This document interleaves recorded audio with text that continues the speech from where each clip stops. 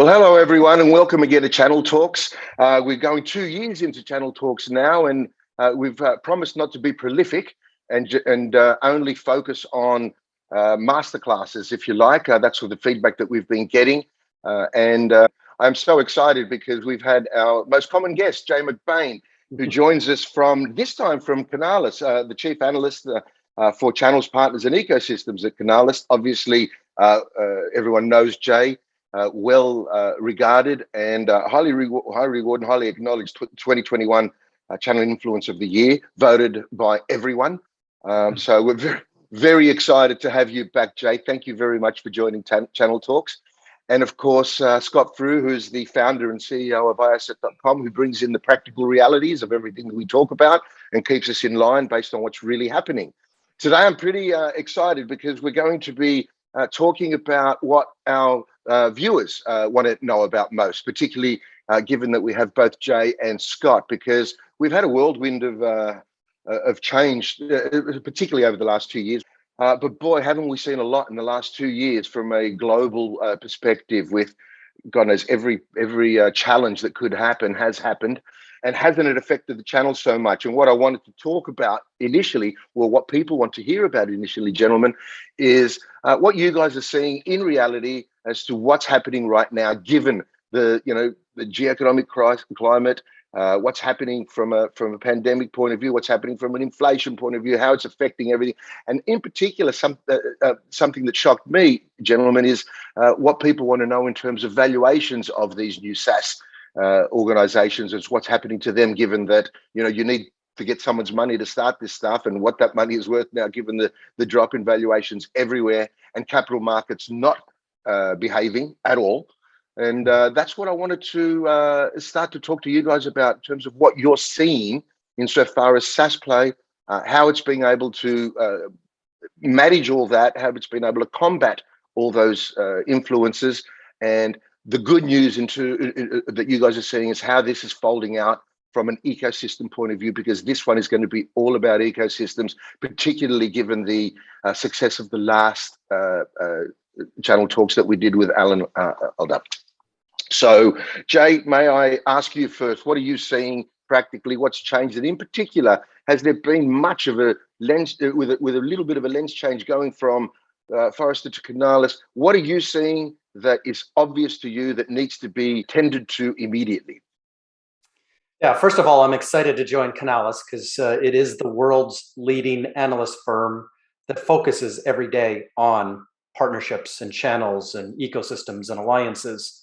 What's really going to drive this decade of the ecosystem. So I wake up with over 100 people in different countries around the world that are both challenging, in terms of where everything is going from their local vantage point, and different knowledge of different layers of the ecosystem and channels historically, and obviously with different views in terms of where we go forward. So for me, it's a huge upgrade in talent, and for my own research, it provides so much more data, so much more kind of worldview than I ever had before. So it's exciting. We could spend the whole hour talking about macro type of events. We're all watching inflation and supply chain, the war in Europe that none of us would have expected in our lifetime, and among other things that are happening in the stock markets around the world, and like you mentioned, politics and things like that. But I think we're talking at a layer here of how do companies focus on this? How do professionals focus on this in 2022? How do you start thinking about it next year? How do you start thinking about it in the years to come? And that's where I think we can probably provide the most value here.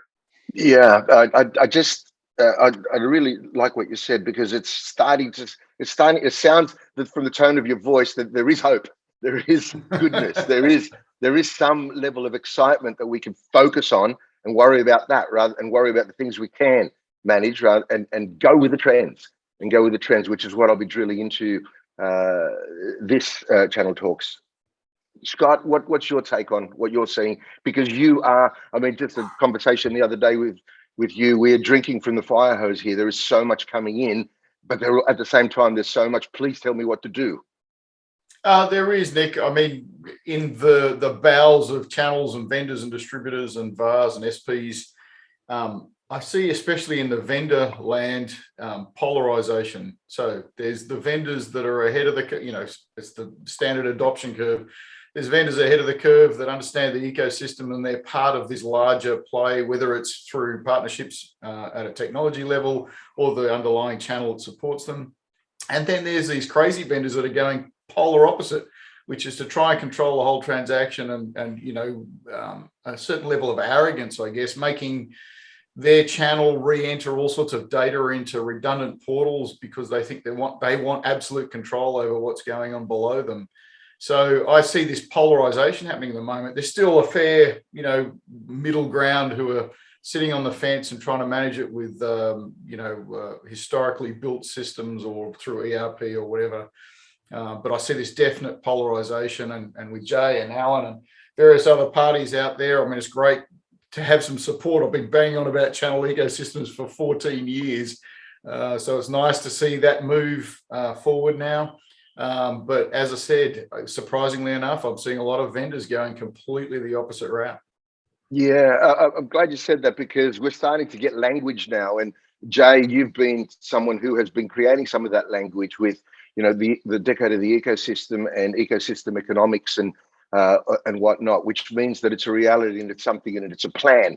It's something that people can do. One of the things that you mentioned, Scott, was data all over the place, and we are starting to see a lot of singular players are still insisting on use my portal,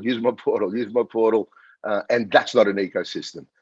Jay, what are you seeing as a change? Because what's happening to us at iasset.com, for example, is at least at a transaction level, at a management of the transactions, we just want to go to one place, and we want there to be glue, and we want there to be tentacles all over the place. And to use one of your expressions, it's almost interstellar. It's just galaxies everywhere that need to be connected. I can't remember the word you used. Celestial. That's it. And we are seeing that. You mentioned that in our last channel talks, and we are now seeing that it's actually a reality. But the resistance is amazing in terms of vendors still wanting to just use ours. What changes are you seeing? And from a partner's perspective as well, what kind of conversations can they be having with their ecosystem partners to make what's practical for them a reality rather than what's convenient for a vendor to be a reality?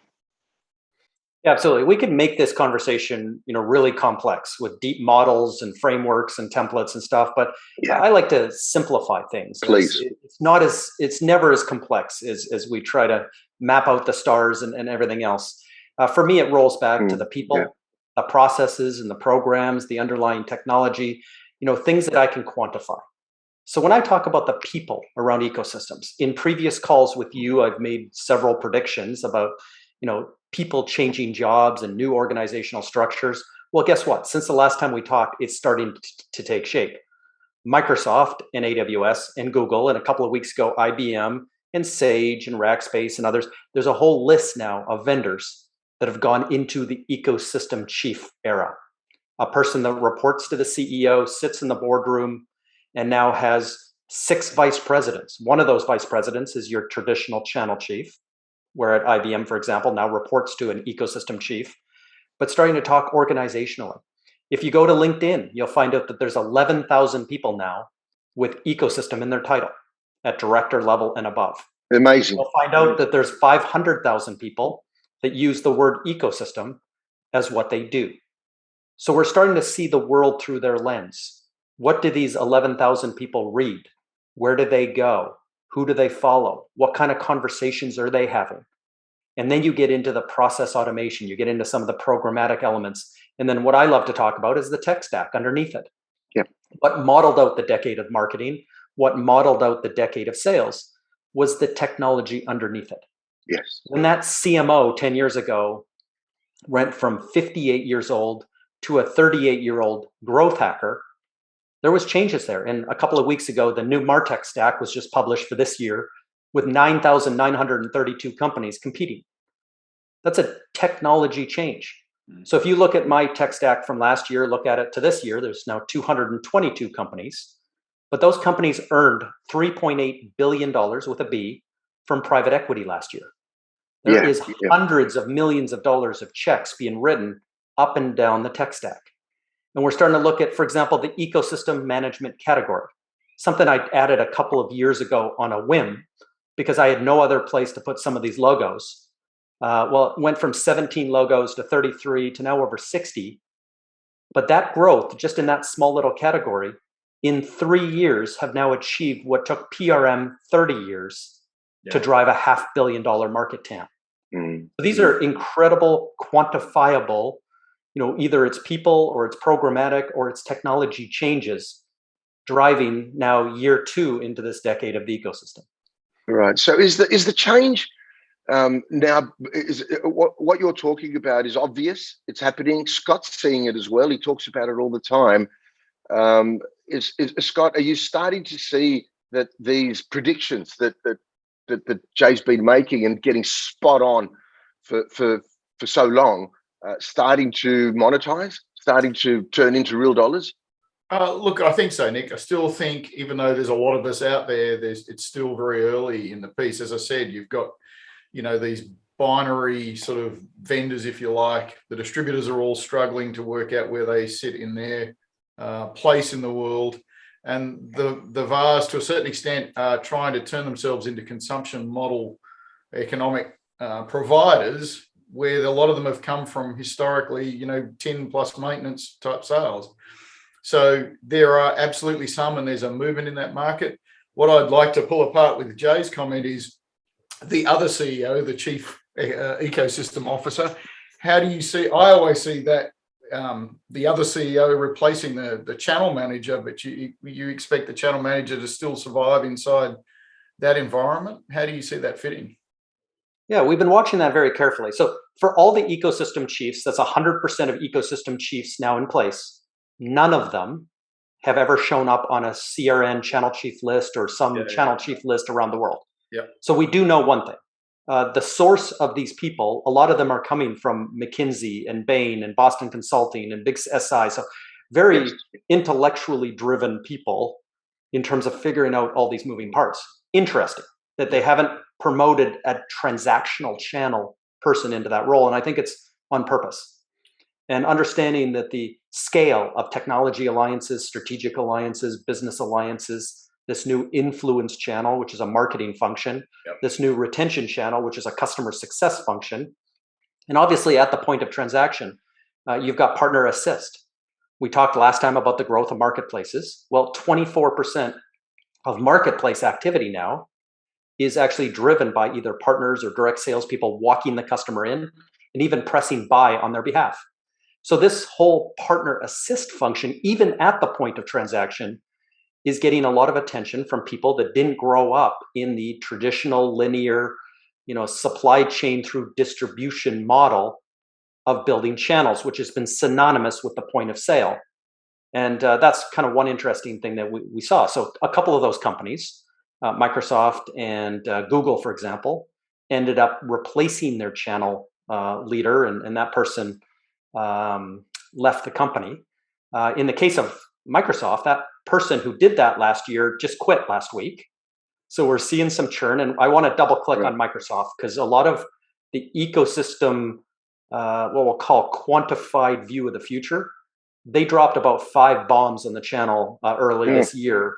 And all 5 of those combined actually present a model for 35,000 other vendors who are probably going to have to follow many of the same things that Microsoft had to do as kind of the leader in this space in turning into an ecosystem model. But it's going to be very interesting to dissect that one, use that as a case study, industry case study for every other, not only channel leader, but now ecosystem leader as well.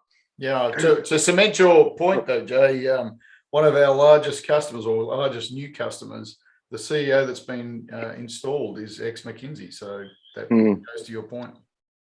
So when you talk to these people, Scott and Jay, when you're observing all this, they're not traditional channel guys or girls. They're just business people who follow trends and execute. What would their KPIs be? Well, for me, it's interesting because that's kind of the root of where I come. How do you, when you have these 6 different swim lanes that I talked about, You've got, let's say you're the new ecosystem chief. You're reporting to the CEO. You're not called a CEO either. The CEO is not going to share that acronym with you. The other CEO. But you are the ecosystem chief. And now you've been instructed and enabled and funded to go hire 6 vice presidents. Some of those may already exist in your organization: the head of technology alliances, your APIs, your SDKs, your co-innovation, your value creation, your network effects. By the way, those KPIs exist, and they've existed for a while. And you're working with these companies, obviously, to drive new innovation, drive new customer conversations. You're working with some of them to drive more revenue directly as co-share, co-revenue models and things like that. But in a lot of cases, you're working with them post-sale, driving greater adoption of your products, driving greater integrations and stickiness. So even if the customer doesn't like you, they can't pull you out. Mm-hmm. Driving greater retention, renewal rates through upsell, cross-sell, and enrichment. Now, as a subscription consumption model, you're being driven to 108% retention. Right. For every customer you lose, you have to take one of your current customers and double them up. Yeah. Right. You saw what happened to Netflix a couple of weeks ago when that goes wrong. Yeah. Yeah. You lose 60% of your company value overnight. Yeah. So as all these companies, as we talked about on our last call, have rushed into this new model, this business model, and committed 100%. You've got the Dells of the world, the HPs of the world, you've got the Lenovo's of the world, you've got the Cisco's of the world, you've got everybody lining up into this new subscription consumption model, with the whole point of your revenue, your profit, your customer sat, the things you've lived on for decades, kind of fades to the back. Now you're being judged on your subscribers, your new subscribers this period, and your churn rate. These are just 3 new KPIs overall. Yeah. And your ecosystem chief have to align to those 3 new KPIs. So your head of strategic alliances, your head of business alliances, your head of influence channel, those first 28 moments that a customer goes through before making vendor selection. Yep. And now in a subscription model, post-transaction, which is the first 30 days with the customer, every 30 days forever, to retain and enrich that contract, all 6 of those swim lanes all have their own KPIs. And to drive those KPIs, you need a whole new set of technology to do that. So, Scott, those KPIs to me seem to be relatively traditional. If you're embedded in a SaaS model, if you're embedded in, what you do, are those KPIs elements that you need to be addressing when you're talking to new customers or existing customers? Absolutely. I mean, if you look at the classic old renewal business, this is just renewal business running at a cadence of 30 days rather than 365 days or even longer. To Jay's point about churn, we're now dealing with what telcos have been dealing with for years, which is everything's about as many customers in a month as I can retain and prevent them leaving the building. So what's my next offer? What's my upgrade? What else can I offer? You see power companies offering cellular phone deals, or you see mobile phone companies offering other sort of internet connectivity pieces because they're trying to do that cross-sale or upsell piece themselves. So in a classic context, you have to be a lot more efficient at that product lifecycle piece because it's every 30 days or thereabouts. And even consumption, we're working with a US manufacturer at the moment that they've worked out that if they do it every 30 days, they're missing money because some of the channel are smart enough to work out if they ramp up consumption in the middle of the month, but drop it off before the 30 days, then they only get billed at the 30-day mark. So we've put in some processes to prevent that happening so that as soon as they blip up, and this is pure consumption, they're absolutely getting nailed for every processor they're consuming rather than at the end of the month, I'll just see how many they've got and add that up. And there's still a lot of companies that haven't even got to that stage of doing it every 30 days or don't have the processes to do that. Right. Yeah, because, Jay, a lot of the analysis that I'm doing, and I want to compare notes with your analysis, and this is on the street analysis that I'm talking, because it's customer discussions. And, I don't just sit here and do channel talks. I go out there and sell lots of stuff as well.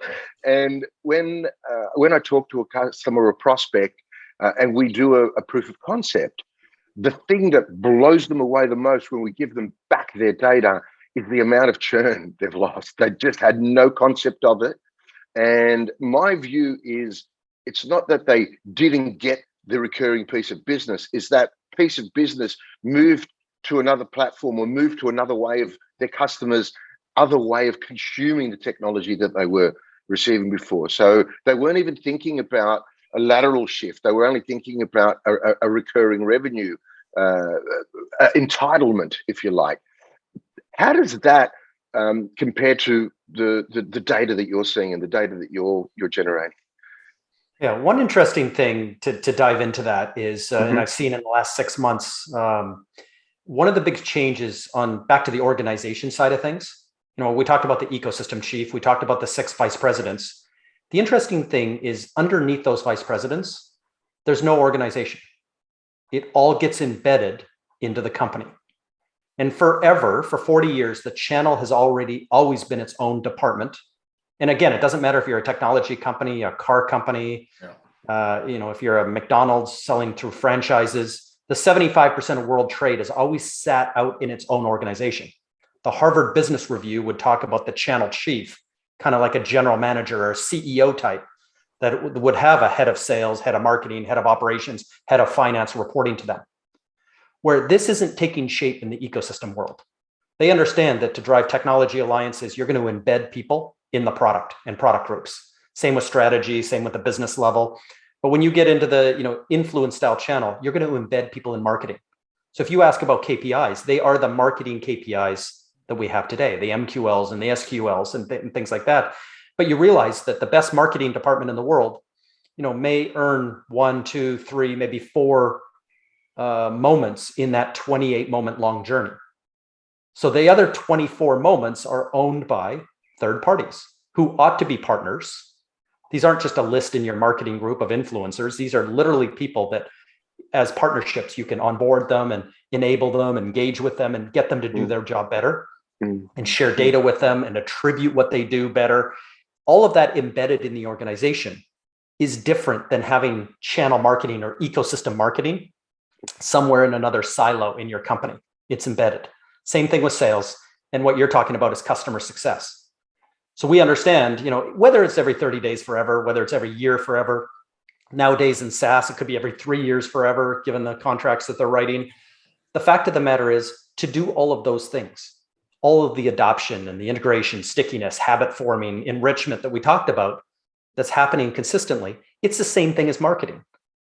Our team, our customer success mission may be involved with that particular customer up until this point, or up in this percentage of each month, providing that customer for life, but understanding that the average customer today has 7 different partners across the journey.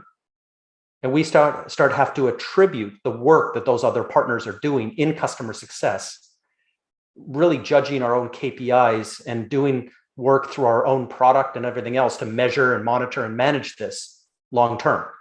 Right. So understanding that those professionals in that retention channel don't report into the ecosystem. They may dotted line into the ecosystem, but they actually report into the head of customer success. And now you've got 6 swim lanes all embedded in the organization. They actually took the model not from the channel, which is its own silo. They took the model actually from data science. So you have a head, CTO or CDO, but that person doesn't build out their own silo of data scientists running around the building. They embedded data scientists in the marketing function, sales, customer success, finance, operations, HR. Those data science professionals dotted line back to an executive that understands and can move data around the organization for the success of the organization. Yeah. Understands the success of the mission itself is being in every meeting room, every boardroom, up and down the organization, and providing that third party perspective, which in almost every conversation is 80% of the battle. Yeah.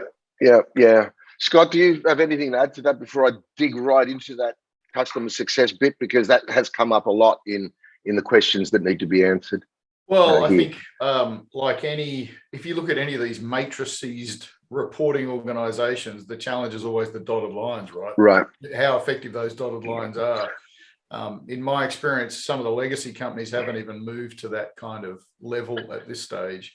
And I've always been an advocate that inside an organization, the channel chief's kind of the person they stick at the end of the table in the boardroom who's got no power. They just sit there and, sales is most important, CFO is most important, but they roll down. So hopefully the ecosystem chief might actually drag these relationships up in a level of importance with the organization. So my only concern is being inside these organizations is those dotted lines often struggle.